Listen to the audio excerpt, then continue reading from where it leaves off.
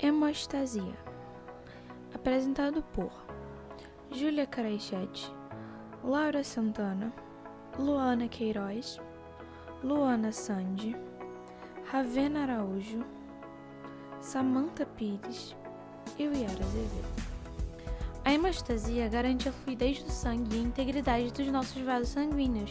É a resposta fisiológica normal do corpo para a contenção de sangramento e hemorragias, e a sua ação vai resultar no bloqueio de qualquer lesão vascular através do desenvolvimento do coágulo, que vai formar um tampão de fibrina e plaquetas para poder prevenir a perda sanguínea.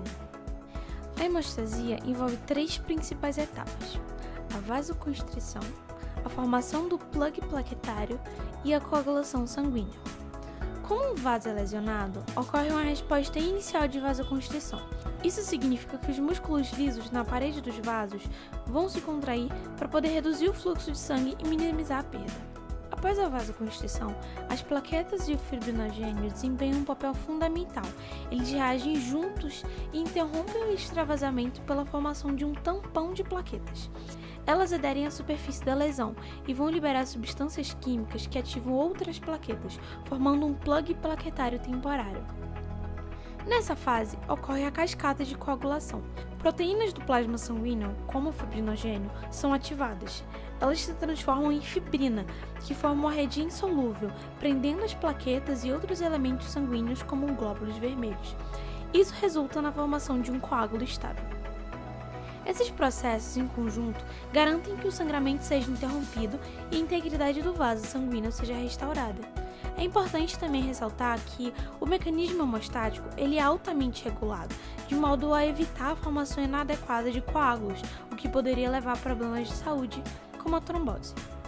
Há alguns exames de sangue específicos que detectam alterações na hemostasia. Por exemplo, a contagem plaquetária, que ela deve ser realizada para poder detectar trombocitopenia, que é definida como a contagem de plaquetas inferior a 1.500 por milímetro cúbico. A pseudotrombocitopenia é um fenômeno que ocorre de 0,1 a 2% dos pacientes hospitalizados e ela é facilmente reconhecida pela visualização de aglomerados de plaquetas ao exame do esfregaço de sangue periférico. Esse fenômeno se deve a uma modificação antigênica na superfície plaquetária, ocasionada pelo EDTA ou por outros anticoagulantes. O tempo de sangramento é um teste de screening in vivo da hemostasia primária e ele indica, quando prolongado, uma anormalidade plaquetária quantitativa ou qualitativa, um defeito na interação plaqueta-vaso, que no caso é a doença de von Willebrand, ou uma doença vascular primária, como vasculite, síndrome de Cushing, amiloidose, escorbuto ou doenças do tecido conjuntivo, como a síndrome de Ehlers-Danlos ou pseudoxantoma elástico.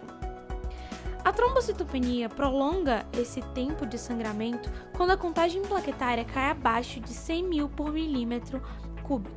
Abaixo desse nível, tem uma correlação inversa entre o grau de trombocitopenia e o prolongamento do tempo de sangramento, até cerca de 10.000 plaquetas por milímetro cúbico, que é quando o tempo de sangramento perde a relação com a contagem plaquetária. Tem o tempo de protrombina, que dos 5 fatores que alteram ele, 3 são dependentes de vitamina K, protrombina, fator 7 e fator 10, e eles se tornam diminuídos com o uso de anticoagulantes cumarínicos, que é o motivo pelo qual o tempo de protrombina é o exame mais amplamente usado para monitorar a anticoagulação oral. Tem também o tempo de tromboplastina parcial ativada, que ele avalia as vias intrínseca e comum da cascata de coagulação, que no caso seria a pré-calicreína, cininogênio de alto peso molecular, fatores 12, 11, 9, 8, 10 e 5, protrombina e fibrinogênio. Esse tempo de tromboplastina ele é relativamente mais sensível a deficiências dos fatores 8 e 9 do que deficiências dos fatores 11 e 12, ou fatores de via comum, mas na maioria das técnicas, os níveis de fatores entre 15% a 30% do normal prolongam esse tempo de tromboplastina. Ele também é usado para detecção de deficiências ou inibidores dos fatores da coagulação de via intrínseca ou comum, além de prestar para monitorar a anticoagulação com heparina e para screening do anticoagulante lúpico. A Há também a dosagem de fibrinogênio e tempo de trombina. O tempo de trombina ele é anormal quando os níveis de fibrinogênio estão abaixo de 70 a 100 mg por decilitro.